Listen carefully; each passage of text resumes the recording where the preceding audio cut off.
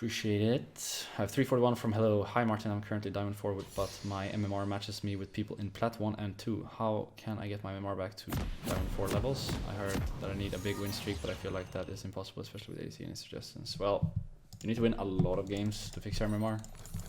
Like basically you just need to go on a win streak, like you said. I don't think it has to be like a crazy win streak, but you just have to start winning more games than you lose. Which you should anyways if you're truly where you deserve to be. But I can understand if it's tough as an AD carry, so my suggestion is just find a duo queue partner. Like if you really want to win and you're an AD carry main, find a duo queue partner.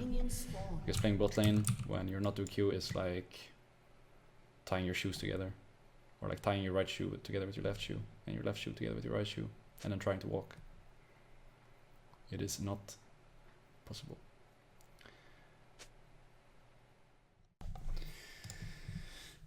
I actually hate it when you do that with Lucian. You go PD, you're like super fed and you go PD because you don't want to die to all the assassins, but then you don't deal enough damage. I don't feel like I can, you know, do what they do to my teammates. Not that Rapid would say that, but honestly. PD feels like such a shitty buy. But maybe I should just go fucking ham with this item. Just go melee. Try to assassinate like enemy backline or something. Because if I just play slow, then we're most likely gonna lose in a game like that. Which is kind of what happened every team fight. I would just like try to kite out the Aurelia or the Aatrox, and then in the meantime my team would die. And I'd feel like I'd be useless. Not sure. But this is another case where it's like I'm probably gonna be forced to go PD, right? Because I have Yasuo or Rengar. If I don't buy any defensive items, then I'm just gonna die. But maybe the Ninja Tabis were actually over the top last game. I went Tabis and PD. And I feel like at some point if they just don't like hit me, then my team is gonna die faster than I kill them. So maybe I should choose one. I mean, in this case I'm not going Tabis anyways, but even in a game like that, maybe I should choose one. Maybe I go like attack speed boots PD or Tabis rapid. So that I don't like overly go defensive items or overly go offensive items. I just kind of make a mix instead. I think that could have been smart. But it's okay. We have this one in the bag. Pike Lucian, it's a Fnatic special. I think Lucian versus Draven is Draven favored early game and Lucian favored pretty much after one item onwards, unless Draven is fed, of course. But in competitive, he usually isn't. Usually, he just has a lot of stacks, and you need to be careful. But I feel like when you have Blade, you can just set up a play on him quite easily. So if you can survive early, I like the Lucian side. But obviously, I'm biased as well since I don't really play Draven. Then we have 3 bucks from Scott. What is better first buy on Kaisa, Stormracer, or Infinity Edge? I think if you wanna go ham early game, then Stormracer is better because you get both upgrades and the stats of the item is like really pog. Or really pog, I guess is the way to say it in English. You have both attack speed and 80 rather than just 80. And the build path is really nice too because you can buy BF sword, long sword, dagger, basically whatever you get your hands on. Meanwhile for IE you really need like IE and BF and pickaxe to have a smooth path, but it's really hard to get like those exact buys. So I think if you want to play early game, then go Storm Racers. Then if you want to play late game, go IE. But since the game is decided in the first 5 to 10 minutes for the most part, I would suggest just going Storm Racers over IE right now. And I don't think that will change anytime soon. But if you want more one shot, then I guess you go IE. But if you want more early game power, then I guess go Storm Racers. I suggest Storm Racers, but it's up to you. It's personal preference, I think. It's not that big of a deal. I think Storm Racer is better if you want to get pressure early, but if you don't want to get pressure early, then you should go IE because it scales better. You need 3 items instead of 4 to get your like power spike. Like your actual power spike, not the not the minor ones. Is this a Galio? Where's the Galio going? Galio top lane? Galio mid lane? Is that top lane? Janna mid lane? No, Janna must be support. There's no way. There's no freaking way, man.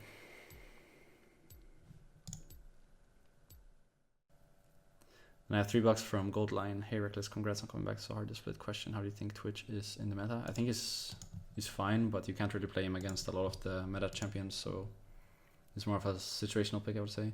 But if you can make him work, or like you can find a situation when he's good, then he's really fucking good. So I don't think it's too bad, it's just hard to make him work. From Gås Papan. It's a Swedish one, so hold on, wait. Has Riot asked you about the game, what you think and what you don't like, what needs to be fixed and things to be buffed / nerfed? No, they have never ever asked me about anything that comes and goes in the patch notes. I think they do that for NA players though, but they don't do it for anyone else. Also, does Riot give you all the skins in the game for marketing purposes as well? I have no idea actually why they do, but they do. I just don't know why. Thanks though. I did not see PapaSmithy's VOD review.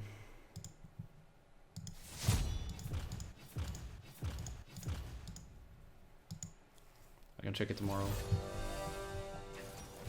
if anything.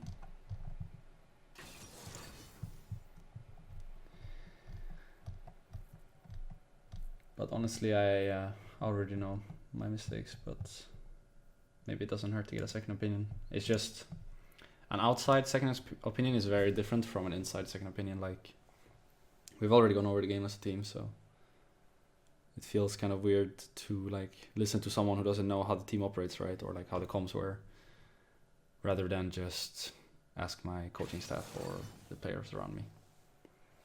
At least I usually don't take second opinions outside of the team when it comes to those sort of things, but PapaSmithy usually does a meme, so maybe there's some good stuff in there.